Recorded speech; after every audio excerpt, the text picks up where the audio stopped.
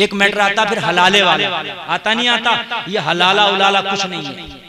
आज मैं आपको बता दूं, ये तुमको पता ही नहीं है मसले का, लोग बदनाम करते, लो साहब इस्लाम में ये हलाला कहां से आ गया, हलाले का कोई मैटर ही नहीं है। मकसद ये है कि जब 3 तलाक दे दी तो तुझसे कभी निकाह नहीं हो सकता।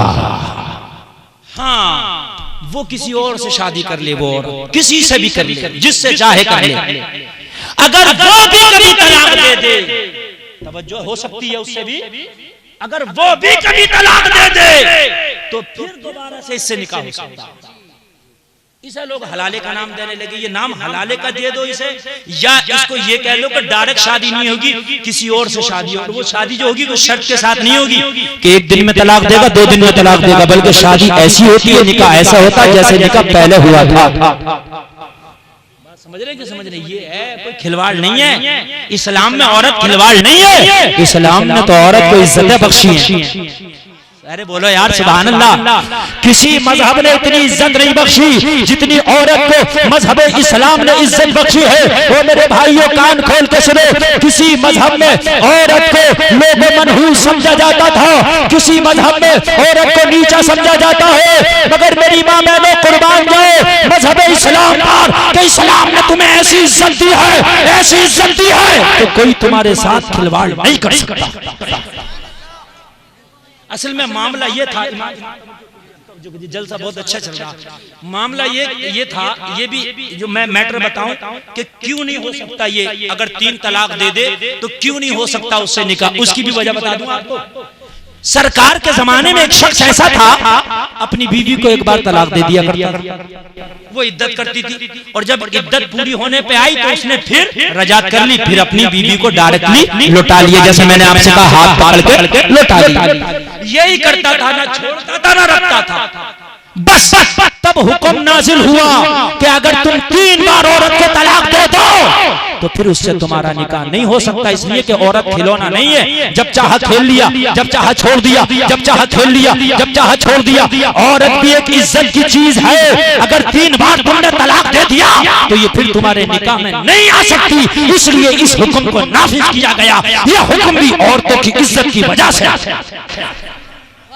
ये हुक्म भी औरतों की इज्जत। लोगों किसी मजहब में इतनी इज्जत नहीं दी जितनी इज्जत औरतों को मजहब इस्लाम ने दी। मगर आज जितनी धज्जियां मजहब इस्लाम की हमारी औरतें उड़ा रही हैं, इतनी धज्जियां भी शायद किसी ने ना उड़ाई। कान खोल के सुनना जो मैं जुमले आपको दे रहा हूं। बेपर्दगी इस्लाम की धज्जियां उड़ाना है, बेहयाई मजहब इस्लाम की मुखालफत है। और बेपर्दगी का आलम यह है, अब तो मैंने ये देखा है कि अगर गांव में कहीं बारात आ रही है किसी के यहाँ, तो नौजवान लड़कियां जा रही हैं इस्तकबाल करने के लिए बारातियों का, लोगों ये इस्लाम की धज्जियां उड़ाना है।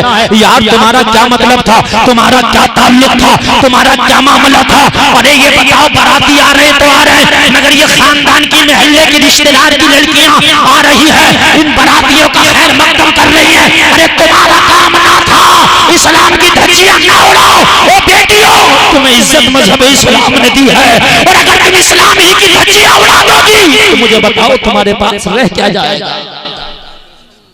बताओ मुझे रह क्या जाएगा? ये मजहब इस्लामी है जो कहता है कि किसी की बेटी पे नजर न उठे। ये मजहब इस्लामी है जो हज जैसी पवित्र यात्रा पे भी अगर कोई बेटी जाए तो मजहब इस्लाम कहता है कि कोई गैर साथ में ना जाए, या तो शौहर साथ में जाए, या बेटा या बाप या सगा भाई साथ में जाए। कैसी हिफाजत की है मजहब इस्लाम ने इस औरत की, मगर इसी औरत ने धज्जियां सबसे ज्यादा मजहब इस्लाम की उड़ाई। जिस इस्लाम ने औरत को जिंदगी का सलीका सिखाया, आज वही औरत को बातें करने का टाइम है, गाने सुनने का टाइम है, लड़ने का टाइम है, सोने का टाइम है, सारे टाइम है, मगर नमाज के लिए आज हमारे घर की औरतों को टाइम नहीं। मालूम है आपको? अगर नमाज के लिए कहा जाए तो कहती है टाइम ही नहीं है। ओ मेरे भाइयों, नमाज मर्द और औरत दोनों पे फर्ज है, मगर औरत को मर्द के मुकाबले नमाज पढ़ना आसान है। दोनों पे बराबर फर्ज है। कोई कमी नहीं है। औरत छोड़ेगी तब उतनी गुनाहगार, मर्द छोड़ेगा तब उतना गुनाहगार। मगर मैं पढ़ने की बात कर रहा हूँ कि औरत पर मर्द के मुकाबले आसान है। क्यों? इसलिए आसान है कि औरत तकरीबन 24 घंटा घर में रहती है। अपने घर में मुसल्ला भी है, वॉशरूम भी है, वुजू खाना भी है, टंकी भी है, टोटी भी है। बात है कि नहीं है? कपड़ा खराब है तो दूसरा कपड़ा भी है। इंसान कभी मुरादाबाद, मर्द कभी मुरादाबाद जा रहा, कभी दिल्ली जा रहा, कभी सफर में है, कभी खेत में है, कभी जंगल में है। बात है कि नहीं है? कहीं मुसल्ला नहीं है, कहीं पर पानी नहीं है, और कहीं पर और मजबूरियां हैं। हालांकि मजबूरी कितनी भी हो, नमाज कभी नहीं छोड़ने की इजाजत है। कितनी भी हो, कुछ भी छोड़ दे, ट्रेन छोड़ दे, प्लेन छोड़ दे, मगर नमाज छोड़ने की इजाजत नहीं है। मगर मेरी माँ बहनों के लिए नमाज पढ़ना अगर चाहे तो मर्दों के मुकाबले आसान है। बात है कि नहीं?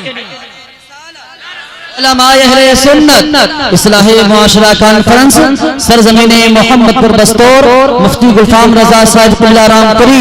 नारे तकबीर, नारे रिसालत। मैदाने महशर में लोगों, एक औरत से अल्लाह पूछेगा, बता तूने नमाज क्यों नहीं पढ़ी? तवज्जो करना, तवज्जो करना यार, बात ना करो जी, गुजारिश में बड़ा डिस्टर्ब होता है इससे। अब खामोशी से कोई बात कर लो, बाकी पब्लिक सारी देखती है। और मेरे भाई तवज्जो है आपकी। अल्लाह एक औरत से कहेगा, बता तूने नमाज क्यों नहीं पढ़ी? औरत कहेगी, मौला मेरा शोहर बड़ा जालिम और जाबिर था, खाने के ऊपर मुझे मारता था, कपड़े के धुलने के ऊपर मारता था, घर के काम के ऊपर मारता था, इसलिए शोहर की खिदमत की वजह से, उसका हुक्म पूरा करने की वजह से नमाज ना पढ़ पाई। अल्लाह फरमाएगा, हजरत आसिया को हाजिर किया जाए, जो फिरौन की बीवी है। हजरत आसिया को हाजिर किया जाएगा। अल्लाह फरमाएगा, ए औरत, ए खातून, क्या तेरा शोहर आसिया के शोहर से भी ज्यादा जालिम? आसिया का शोहर तो फिरौन था, इससे बड़ा जालिम कोई शोहर नहीं हो सकता। मगर फिरौन जैसा शोहर रख के भी आसिया ने मेरी इबादत में कभी कमी नहीं की थी। सुभान अल्लाह, जिंदाबाद, जिंदाबाद, सुभान अल्लाह, सुभान अल्लाह। जरा बताइए, एक शख्स को बोला जाएगा, इधर तूने नमाज क्यों नहीं पढ़ी थी? तवज्जो करना, तवज्जो करना, तूने नमाज क्यों नहीं पढ़ी थी? तो अर्ज करेगा, मौला मैं तो बड़ा बीमार रहता था, मौला मैं तो इतना बीमार रहता था कि सर्दी में बहुत सर्दी लगती थी, बड़ा ही कमजोर था। अल्लाह फरमाएगा, मेरे अय्यूब को बुलाओ।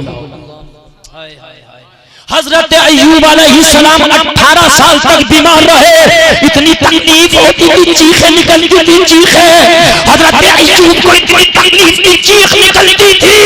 अय्यूब को बुलाया जाएगा, हजरत अय्यूब को बुला के कहा जाएगा, ए मेरे बंदे सुन, ये मेरा अय्यूब नबी है, इसे मैंने इतनी तकलीफें दी थी, तकलीफ की वजह से इसकी चीखें निकलती थी, मगर मेरी इबादत करना कभी नहीं छोड़ता था।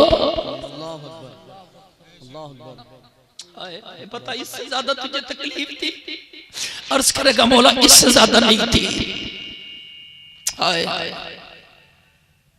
कोई बुलाएगा, इधर तूने नमाज क्यों नहीं पढ़ी?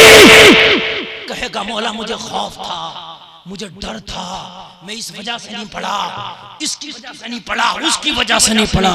हुसैन की रूह को बुलाया जाएगा, यहाँ तो 22,000 तलवारें थी, मेरे हुसैन के खून के प्यासे थे, तलवार भाला लेके खड़े थे, मगर अली का बेटा हुसैन फिर भी सजदा कर रहा था।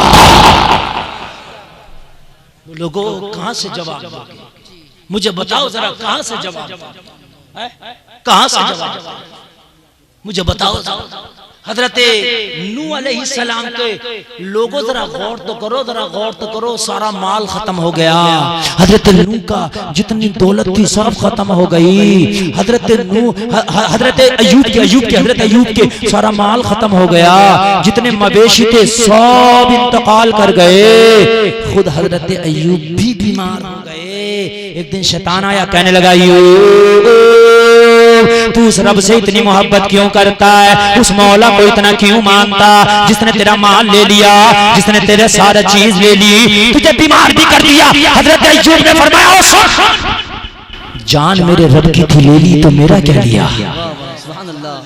माल मेरे रब का था, ले लिया तो मेरा क्या लिया?